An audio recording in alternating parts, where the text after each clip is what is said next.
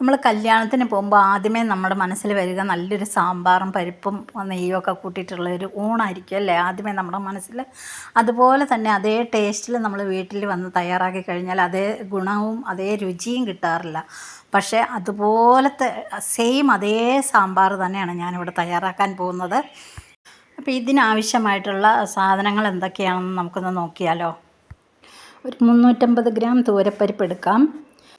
ഇത് നല്ലതുപോലെ നമുക്കിതൊന്ന് കഴുകിയെടുത്തിട്ട് വരാം. ഇനി നമുക്ക് സാമ്പാർ തയ്യാറാക്കാം. അതിനായിട്ടൊരു വലിയ പാത്രത്തിലേക്ക് കഴുകി വാരി വെച്ചിരിക്കുന്ന പരിപ്പ് ചേർത്ത് കൊടുക്കാം. പരിപ്പ് വേവാൻ ആവശ്യമായിട്ടുള്ള വെള്ളവും കൂടി നമുക്ക് ഒഴിച്ചു കൊടുക്കാം. കുറച്ചധികം വെള്ളം ഒഴിച്ചു കൊടുക്കാം. ഇനി ഇതിലേക്കൊരു 2 സ്പൂൺ വെളിച്ചെണ്ണ കൂടി ഒഴിച്ചു കൊടുക്കാം. നമ്മൾ ഈ വെളിച്ചെണ്ണ ഒഴിച്ചു കൊടുക്കുന്നത് തിളച്ച് പുറത്തേക്ക് പോവാതിരിക്കാൻ വേണ്ടിയിട്ടാണ് വെളിച്ചെണ്ണ ഒഴിച്ചു കൊടുക്കുന്നത്. എല്ലാവർക്കും അറിയാമെങ്കിലും ഞാൻ അറിയാത്തവർക്കായിട്ടാണ് ഞാൻ പറയുന്നത്. അപ്പം നമുക്കിതിലേക്കൊരു സ്പൂൺ മഞ്ഞൾപ്പൊടി കൂടി ഇതിലേക്ക് ചേർത്ത് കൊടുക്കാം. ഇതുവരെ നമ്മൾ സ്റ്റൗ ഓണാക്കിയിട്ടില്ല. ഇനി നമുക്ക് സ്റ്റൗ ഓണാക്കിയതിന് ശേഷം നമുക്ക് ഈ പരിപ്പെല്ലാം ഒന്ന് നന്നായിട്ട് തന്നെ വേവിച്ചെടുക്കണം. പരിപ്പെല്ലാം വേവുന്ന സമയം കൊണ്ട് നമുക്ക് സാമ്പാറിന് വേണ്ട പച്ചക്കറികൾ കൂടി മുറിച്ചെടുക്കാം. സദ്യ സാമ്പാറിന് ഒരുപാട് പച്ചക്കറിയൊന്നും ആവശ്യമില്ല കേട്ടോ. വെറും കുറച്ച് പച്ചക്കറികൾ മാത്രമാണ് സദ്യ സാമ്പാറിന് ആവശ്യമുള്ളത്. അപ്പം ഞാനിവിടെ എടുത്തിരിക്കുന്നത് ഒരു 2 വലിയ മുരിങ്ങയ്ക്കയാണ്. അത് ഞാൻ രണ്ടായിട്ടൊന്ന് മുറിച്ചിട്ടിരിക്കുന്നതേ ഉള്ളൂ. ഇനി ഒരു വലിയ സവോള എടുത്തിട്ടുണ്ട്, അത് രണ്ടായിട്ട് മുറിഞ്ഞ് കിടക്കുന്നതാണ്. ഇനി ഒരു 2 തക്കാളി എടുത്തിട്ടുണ്ട്, ഒരു 3 വഴുതനങ്ങ എടുത്തിട്ടുണ്ട്, 2 ഉരുളക്കിഴങ്ങ് എടുത്തിട്ടുണ്ട്, ഒരു 5 വെണ്ടയ്ക്കയും കൂടി എടുത്തിട്ടുണ്ട് കേട്ടോ. ഇതിപ്പോൾ ഒരു 10 പേർക്കുള്ളൊരു സാമ്പാറാണ് ഞാൻ തയ്യാറാക്കാൻ പോകുന്നത്. 10 ഞാൻ പറഞ്ഞതേ ഉള്ളൂ. ഒരു 10-15 പേർക്ക് കഴിക്കാവുന്ന തരത്തിലാണ് തയ്യാറാക്കുന്നത്. ഇനി നമുക്ക് ഈ പച്ചക്കറികളെല്ലാം ഒന്ന് മുറിച്ചെടുക്കണം. പച്ചക്കറികൾ മുറിക്കുമ്പോൾ എല്ലാം ഒരേ വലിപ്പത്തിൽ തന്നെ മുറിച്ചെടുക്കാനും കുറച്ച് വലിപ്പത്തിൽ മുറിച്ചെടുക്കാനും ശ്രദ്ധിക്കുക കേട്ടോ. അപ്പം ഞാനിവിടെ ഒരു ഉരുളക്കിഴങ്ങ് ഞാൻ 4ആയിട്ടാണ് മുറിച്ചെടുത്തിട്ടുള്ളത്. ഇനി നമുക്ക് ബാക്കിയുള്ള പച്ചക്കറികൾ കൂടി ഇതുപോലെ ഒന്ന് മുറിച്ചെടുത്തിട്ട് വരാം. അപ്പോൾ സദ്യ സാമ്പാറിനുള്ള പച്ചക്കറിയെല്ലാം നമ്മളിവിടെ മുറിച്ചെടുത്തിട്ടുണ്ട്. ഇനി നമ്മളൊരു 25 ഗ്രാം വാളൻപുളി നമ്മൾ ചെറു ചൂടുവെള്ളത്തിൽ ഇട്ട് വയ്ക്കുകയാണ്. ഇതിൻ്റെ പുളിയൊക്കെ ഒന്ന് ഇറങ്ങി വരട്ടെ. അപ്പോൾ സദ്യ സാമ്പാറിനുള്ള പരിപ്പെല്ലാം നല്ലപോലെ വെന്ത് വന്നിട്ടുണ്ട്. പ്രത്യേകം ശ്രദ്ധിക്കേണ്ട കാര്യം, ഇതുപോലുള്ള സദ്യ സാമ്പാർ തയ്യാറാക്കുമ്പോൾ നിങ്ങൾ പരിപ്പ് നല്ലപോലെ വേവിച്ചെടുക്കണം. വേവാതിരിക്കരുത്. സാമ്പാറിൻ്റെ ടേസ്റ്റ് തന്നെ പരിപ്പിലാണ് ഇരിക്കുന്നത്, പരിപ്പിലും പുളിയിലുമാണ് ഇരിക്കുന്നത് കേട്ടോ. അപ്പോൾ അതുപോലെ തന്നെ നമ്മളിപ്പോൾ കണ്ടില്ലേ, നല്ല പോലെ വെന്ത് വന്നിട്ടുണ്ട്, നന്നായിട്ട് ഉടഞ്ഞ് കിട്ടണം. ഇനി നമുക്ക് വെണ്ടയ്ക്കയും തക്കാളിയും ഒഴികെ ബാക്കിയുള്ള പച്ചക്കറികളെല്ലാം ഈ വെന്തിട്ടുള്ള പരിപ്പിലേക്ക് ഇട്ട് കൊടുക്കുകയാണ്. ആദ്യമേ കുറച്ച് വെള്ളം കൂടുതൽ ഒഴിച്ച് കഴിഞ്ഞാൽ നമുക്ക് വീണ്ടും വേറെ വെള്ളം ഒഴിക്കേണ്ട ആവശ്യം വരുന്നില്ല. ആ വെള്ളത്തിൽ തന്നെ ഈ പച്ചക്കറിയെല്ലാം വേവിച്ചെടുക്കാം. വെള്ളത്തിന് നല്ല ചൂട് ഉള്ളത് കൊണ്ട് തന്നെ പച്ചക്കറിയൊക്കെ പെട്ടെന്ന് തന്നെ വെന്തും കിട്ടും. അപ്പോൾ ഇതാ പകുതി വേവായിട്ടുണ്ട് കേട്ടോ നമ്മുടെ പച്ചക്കറിയെല്ലാം. മുരിങ്ങയ്ക്കൊക്കെ ഒരുമാതിരിയൊക്കെ വെന്ത് വരുന്നുണ്ട്. ഇനി ഇതിലേക്ക് നമുക്ക് ആവശ്യമായിട്ടുള്ള ഉപ്പ് കൂടി ചേർത്ത് കൊടുക്കാം. ഇനി ഇതിലേക്ക് നമ്മൾ മാറ്റി വെച്ചിരിക്കുന്ന 2 തക്കാളി അരിഞ്ഞത് കൂടി ചേർത്ത് നമുക്കിതൊന്ന് തിളപ്പിച്ചെടുക്കാം.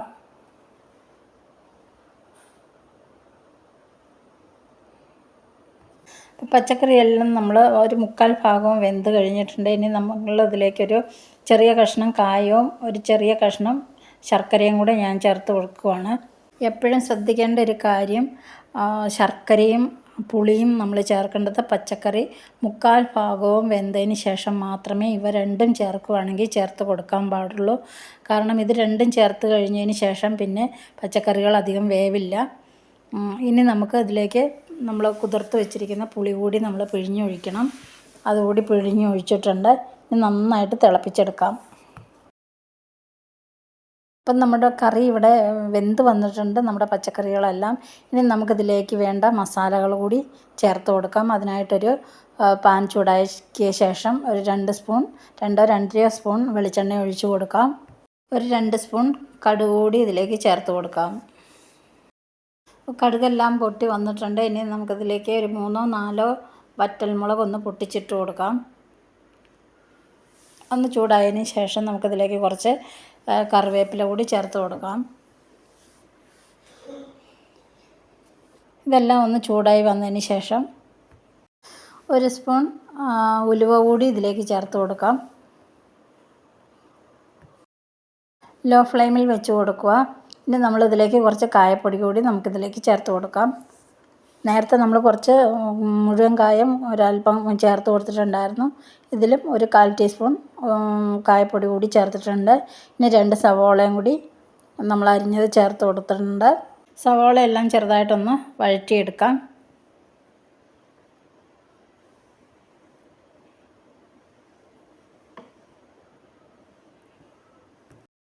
നേരത്തെ മുറിച്ച് വെച്ചിരുന്ന വെണ്ടയ്ക്ക കൂടി ഇതിലേക്ക് ചേർത്ത് ഒരു 2 മിനിറ്റ് നേരം നമുക്കിതൊന്ന് വഴറ്റിയെടുക്കാം.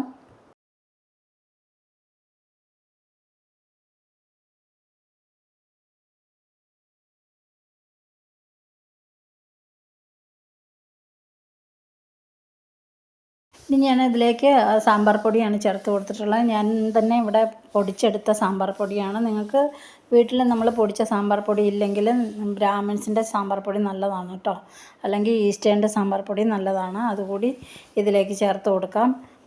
എല്ലാം നന്നായിട്ടൊന്ന് ചൂടാക്കിയെടുക്കാം. ലോ ഫ്ലെയിമിൽ വെച്ച് കൊടുക്കാം, മറന്നു പോകരുത്. നമ്മളിപ്പോൾ കടയിൽ നിന്ന് വാങ്ങിക്കുന്ന സാമ്പാർ പൊടിയാണെങ്കിൽ അതിലേക്ക് കുറച്ച് 1 സ്പൂൺ മല്ലിപ്പൊടി, 1/2 സ്പൂൺ മുളക് പൊടി, ഒരു 1/4 ടീസ്പൂൺ ഉലുവാപ്പൊടി എല്ലാം കൂടി ഒന്ന് കൂടുതൽ എക്സ്ട്രാ ഒന്ന് ചേർത്ത് കൊടുക്കണം കേട്ടോ. അപ്പോൾ നമ്മുടെ മസാലയെല്ലാം ഇവിടെ റെഡി ആയിട്ടുണ്ട്. ഇനി ഇതിലേക്ക് നമ്മൾ കുറച്ച് വെള്ളം കൂടി ഒഴിച്ച് കൊടുക്കുകയാണ്. ഒരു 1.5 ഗ്ലാസ് വെള്ളം ഒഴിച്ച് കൊടുക്കാം കേട്ടോ. ഇതെല്ലാം കൂടി ഒന്ന് തിളച്ച് വരട്ടെ. അപ്പോൾ നമ്മുടെ മസാലയും വെണ്ടയ്ക്കയെല്ലാം നന്നായിട്ട് തന്നെ തിളച്ച് വന്നിട്ടുണ്ട്. ഇനി നമുക്ക് സ്റ്റവ് ഓഫ് ചെയ്യാം. ഇനി വേവിച്ച് വെച്ചിരിക്കുന്ന നമ്മുടെ ഈ സാമ്പാർ കൂട്ടിലേക്ക് നമ്മൾ വഴറ്റി വെച്ചിരിക്കുന്ന മസാലക്കൂട്ട് കൂടി ചേർത്ത് കൊടുക്കാം. ഇനി അതേ പാത്രത്തിലേക്ക് കുറച്ച് വെള്ളം കൂടി ഒഴിച്ച് കലക്കിയത് അതുകൂടി നമ്മൾ ചേർത്ത് കൊടുക്കാം.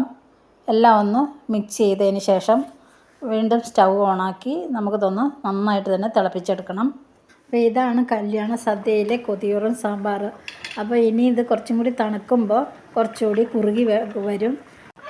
അപ്പോൾ വേഗം നിങ്ങളും ഇതുപോലുള്ള കല്യാണ സദ്യയുടെ സാമ്പാർ തയ്യാറാക്കി നോക്കിക്കോളുക. കല്യാണത്തിന് പോയില്ലെങ്കിൽ നമുക്കും വീട്ടിലും കല്യാണ സദ്യയുടെ സാമ്പാർ തയ്യാറാക്കി നമുക്കും കഴിക്കാം. അപ്പോൾ എല്ലാവരും തയ്യാറാക്കി നോക്കുക. ഇഷ്ടമായാൽ ലൈക്കും കമൻറ്റും ഒക്കെ ചെയ്യുക, സബ്സ്ക്രൈബും ചെയ്യുക. അപ്പോൾ അടുത്തൊരു വീഡിയോയിൽ കാണും വരെ ബൈ.